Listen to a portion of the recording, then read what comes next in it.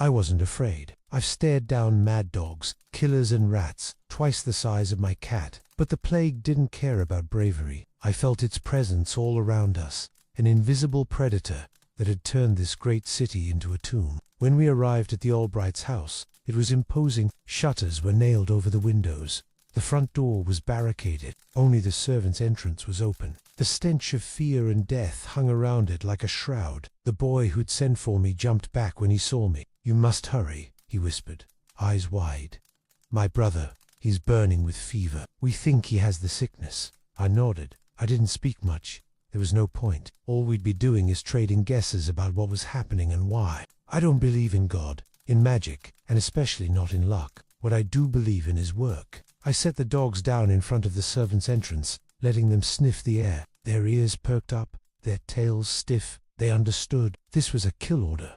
The boy stepped aside and disappeared inside. I brought my lantern closer to the opening and saw what they were looking at. Something big moved just inside. A pair of yellow eyes glinted at me, and I knew that I wasn't just fighting rats. I was fighting for survival. The first hours were always the hardest. Rats bite, they scratch, and they carry diseases that can kill as quickly as the plague. I held my breath, watching as the dogs went forward and vanished inside the house. I followed close behind, trying to hear what was going on in the darkness. The house smelled of dust and decay. Shadows stretched from every corner and danced on the walls. The floorboards creaked under my feet, and I tried to move silently, although I knew it was a waste of effort. I could hear every step, every breath. The dogs were moving fast. I heard the scuffling of rats, and then the thump, thump, thump of a ratty body being shaken like a bag of stones. They weren't going to lead me to the sick boy. They were going to kill whatever rats they could find and bring me the rest. That's how it worked. I rounded a corner and almost tripped over a deadfall trap. I felt along the wall till I found a sliver of light coming under a door. I cracked it open, and without a word, the dogs dashed inside. I slipped into a large room with a high ceiling. It was empty except for a dead rat lying at my feet. This was the nursery. It was clear that the Albrights weren't staying here, but they had probably been expecting me to flush out rats. Instead, I found something else. There was a draft coming from under the door across the room. I pushed it open and saw a big root cellar. Rotten vegetables and stale food lay strewn on the floor, and the walls were wet and slimy. And there was the source of the draft, a loose shutter covering a hole dug into the side of the house. The wind blew hard, carrying the smell of rain and earth and something else, something wild. Outside, rain poured down, drumming on the roof, drowning out the cries of the night. I ran out into it, hoping to get ahead of the storm. I needed to get back to my cottage. I waited till I saw hundreds of little pink tongues lapping up the poison before I spoke. "All right, boys, go get 'em." Swift and Growler charged forward, their teeth flashing. They dove into the writhing mass, disappeared. I could hear them scrabbling and biting, the squeak of their paws on the wet stones. Bite stayed close to me. He understood that some things are too big for even him. A few rats ran toward him, teeth bared. He met them with lightning-fast jabs of his paw. They skittered away, taking off up the stairs. I killed 3 or 4 myself, but I couldn't make much of a dent in the horde. There were simply too many. And then I saw him, the biggest rat I ever did see. His eyes were glittering in the lantern light. He was almost the size of a cat, fat and strong and mean. The biggest rat was fighting Growler. It was clear that if the big dog didn't win this fight, he would be over. The beast was fast, moving around Growler like a shadow, but the dog was tough. He held his ground and bit hard when he could. Finally, Growler landed a bite on the creature's back. The big rat shrieked and lashed out with his claws. Growler yelped and fell back. The beast lunged, sinking his teeth into the dog's shoulder. Growler roared and slammed his paw down on the rat's head. The big rat squirmed, blood dripping down his muzzle, but the dog held on tight. Growler managed to wrestle the beast to the stairs and pushed him up and away. The rat turned and came barreling back down, but Growler was ready for him. Once again, he grabbed the rat and yanked him toward the ladder. He dragged him all the way up, disappearing into the darkness above. A moment later, I heard a sickening thud, then silence. Good dog.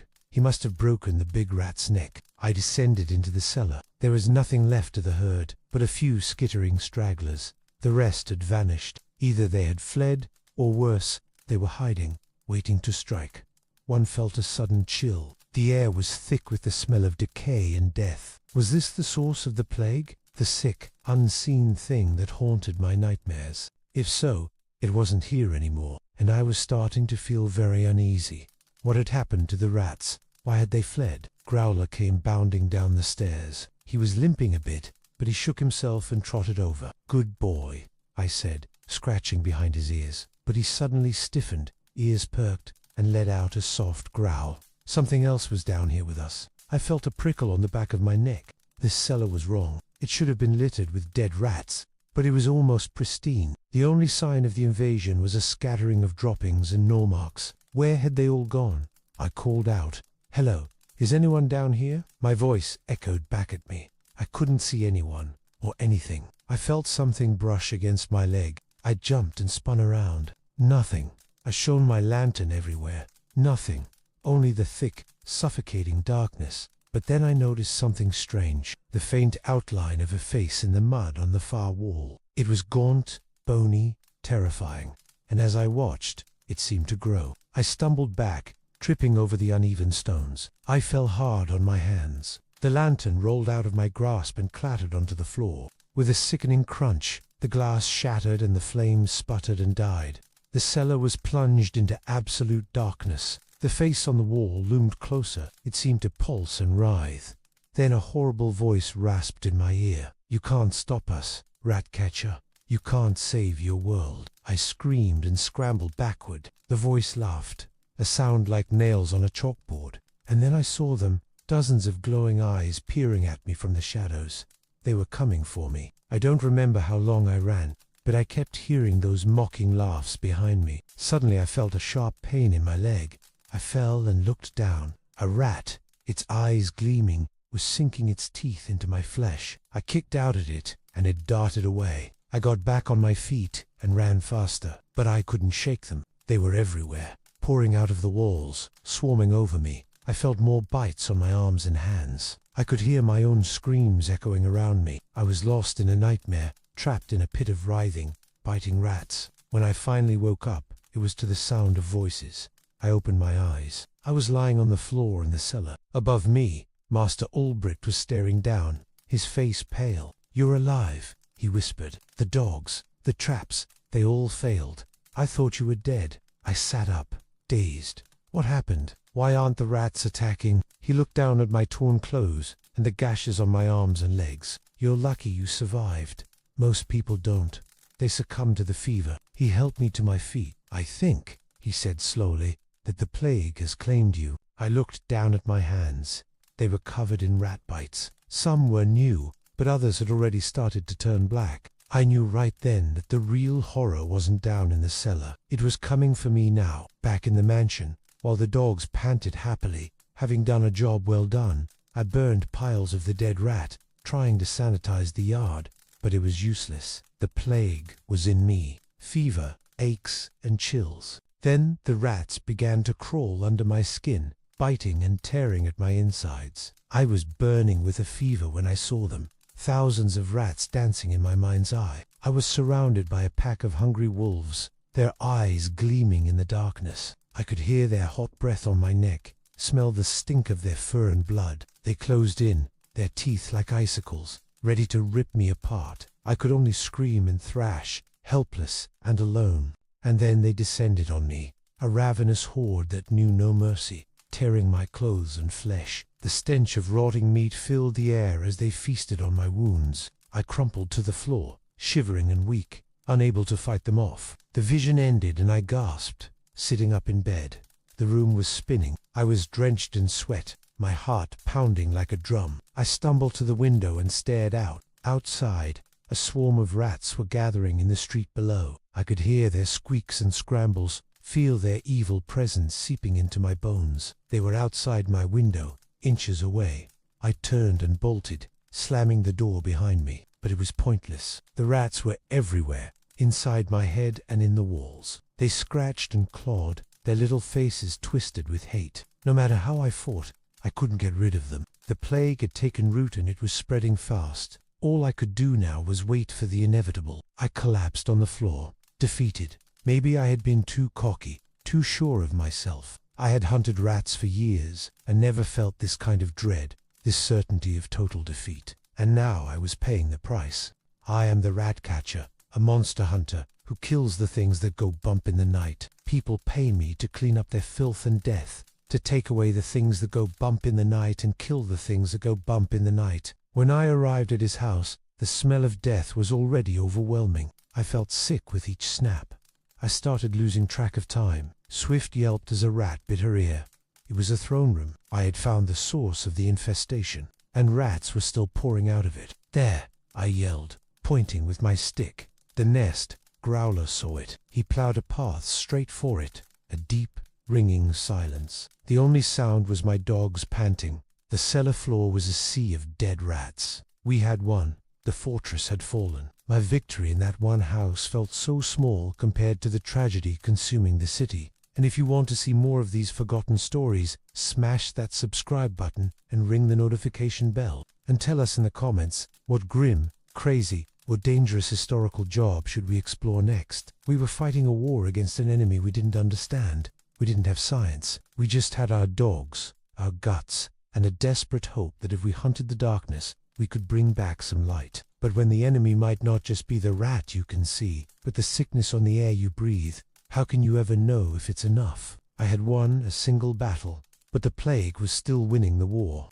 I am an outcast, a man paid to walk through the filth and death everyone else runs from. But for one night, I was a champion. They need my work, but they never want to see it. I got back to my hovel, cleaned my dog's wounds, and barred the door. The coins were cold and heavy in my pocket. The hunt was over, but I knew the war wasn't. The shadows are always out there, and they are always hungry. Slowly, I began the grim cleanup, stuffing the bodies into my sack, until it was almost too heavy to lift. I did one last sweep with my lantern. The nest was gone. The cellar was finally, truly quiet. I gathered my traps and my exhausted dogs and climbed the stairs. The kitchen air, which had smelled so foul before, now seemed clean. Master Albright was waiting in the hall. He looked like he hadn't slept at all. I nodded curtly. "It's done," I said. "The cellar is clear." He threw his arms around me, knocking me over. "Thank you," he whispered. "By God, thank you." He wiped tears from his eyes and straightened his clothes. "Come, we must check on Thomas." He led me to his son's room. The boy was sleeping, his breathing slow and regular. "The fever broke," his father said, his voice cracking. "You brought him back to me." He reached for my hand, but I pulled away. I didn't want his thanks. I wanted results, and I had them right here. In the plague-ridden cellar, somewhere in the stench and suffering, I had planted a small vial of a fine white powder. If it works, the rats will die within 24 hours. Whether it kills the disease or not, I don't know, but it's worth a try. If it does, I might make a decent profit. If it doesn't, well, I've lost nothing. Either way, I leave tonight and come back tomorrow morning. For me, that's the most important part. The rest is in God's hands. The other dogs, right behind him, the biggest, nastiest rats I'd ever seen, swarmed out to defend it. This was the final battle. I charged in to help them, my stick a blur. We had to destroy the nest. We had to win, right here, right now. She shook it off, though, and dove back into the fray. Blinded by rage, I swung my stick again and again. I don't remember hitting the rats. I only remember the feeling of pure, righteous anger coursing through me. Then I heard Growler tear into the nest. The queen was dead. That surged me with power. I slammed my stick into the head of a charging rat, breaking its skull. Another rat lunged at me, bared its teeth, and I crushed its neck. A third fell to my stick and then exploded into a cloud of black dust. I gasped, stumbling back. What in the name of the Dark One? Was this a trick of the light? Had I struck a shadow creature? But then another rat charged, and I smashed it with my stick. And sure enough, it simply squealed and tried to bite me. Shadows or not, I had to kill every last one of these rats. Her determination was a mirror of my own. After what felt like hours, the rats attacked in waves, but the poison was working. The traps had done their job, and the dog's relentless attack had shattered their colony. The rats were fighting to the death, but they were also running away, fleeing from something that scared them even more than us. Finally, the attacks grew slower, the gaps between them longer. Growler tore the nest apart, exposing the squirming newborns inside. Their mother, The biggest rat I'd ever seen, lunged at him, but he just tossed her aside like a rag doll. She landed in front of me, eyes blazing. She was ugly, truly ugly, like the plague itself. Her fur was matted and filthy. Her whiskers drooped, and one hung down, dangling limply like a broken rope. She opened her mouth and let out a hiss, a silent hiss. This was the matriarch of the colony, the most powerful rat here, and she was afraid. Right before my eyes, she transformed. Her fur bristled, her ears flattened. She arched her back and reared up on her hind legs. She bared her fangs. She looked at me and screamed. Not a rat squeak, but a human scream, the scream of a soul being torn from its body. And then she was gone, vanished into thin air, leaving behind nothing but a whisper of fear. But was probably only minutes. The tide of rats seemed to slow. Fewer and fewer rats came running. My arm ached from wielding my stick. We were all splattered in filth. Growler barked once, a sharp, high-pitched sound that told me it was over. The silence after that was even more deafening. My dogs were panting heavily, chests heaving. Me, too. I was dripping sweat and grime. I sank to my knees and pulled my water skin from my bag. I drank deeply, letting the water trickle down my throat. He met me at the door with wild eyes. "You must help me," he begged. "My son is dying." He led me into the house and to the stairs that led down into the cellar. "Please, hurry," he pleaded. As I descended, I could hear a child coughing violently. I lit my lantern and began to search. The first chamber was full of grain sacks. I peeked inside a couple. They were riddled with holes and full of foul-smelling chunks of rat shit. I continued down until I found a narrow archway. It was too small for men to pass through, but big enough for rats. It was a choke point, exactly what I was looking for. I set my traps there, then ran back to the stairs. I could hear the rats skittering around me, preparing to flee. I took a deep breath and yelled, "Go!" I released Growler, my big male boarhound, and the beast charged. He was a battering ram with fangs and claws. He roared as he smashed into the mass of rats, sending them flying. Bite and Swift followed close behind, two greyhounds with jaws like trap. They snapped and snarled, catching rats in midair and killing them with one bite. The cellar erupted in a cacophony of squeals, angry barks, and the crunch of bone. I stood guard at the top of the stairs,